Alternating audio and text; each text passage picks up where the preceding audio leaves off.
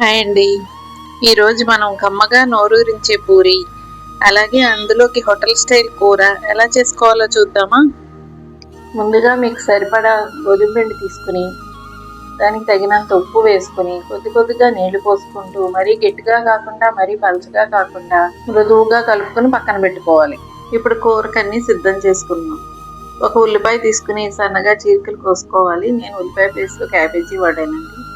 2 పచ్చిమిరపకాయలు చిన్న ముక్కలుగా కోసుకుని ఒక బంగాళాదుంప, పచ్చి బఠానీ, క్యారెట్ రెడీ చేసుకుని పక్కన పెట్టుకుని ఇప్పుడు ఒక మిక్సింగ్ బౌల్ తీసుకుని 2 స్పూన్లు శనగపిండి, కొద్దిగా పసుపు, తగినంత ఉప్పు వేసుకుని ఉండలు లేకుండా బాగా పలచగా కలుపుకోవాలి. ఇలా కూరకు అన్ని సిద్ధం చేసుకుని పక్కన పెట్టుకుని పూరీలు వేయించుకున్న తర్వాత కూర వండుకుంటే పూరీలు వేడివేడి కూరతో సర్వ్ చేయొచ్చు. ఇప్పుడు ముందుగా కలుపుకున్న పిండిని తీసుకుని చిన్న చిన్న ఉండలుగా చేసుకుని పొడిపిండి చల్లుకుంటూ పూరీలు ఒత్తుకోవాలి.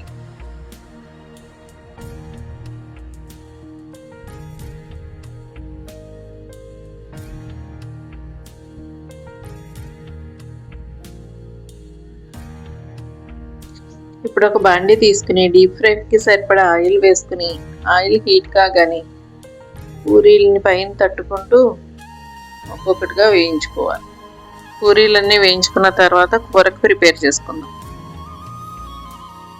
ముందుగా బాండీ తీసుకుని 2 స్పూన్ల ఆయిల్ వేసుకుని పచ్చిశనగపప్పు, మినప్పప్పు, ఆవాలు, జీలకర్ర, కరివేపాకు వేసి ముందుగా కోసుకున్న కూరగాయలన్నీ ఒక్కొక్కటిగా వేసుకుని బాగా వేయించుకోవాలి.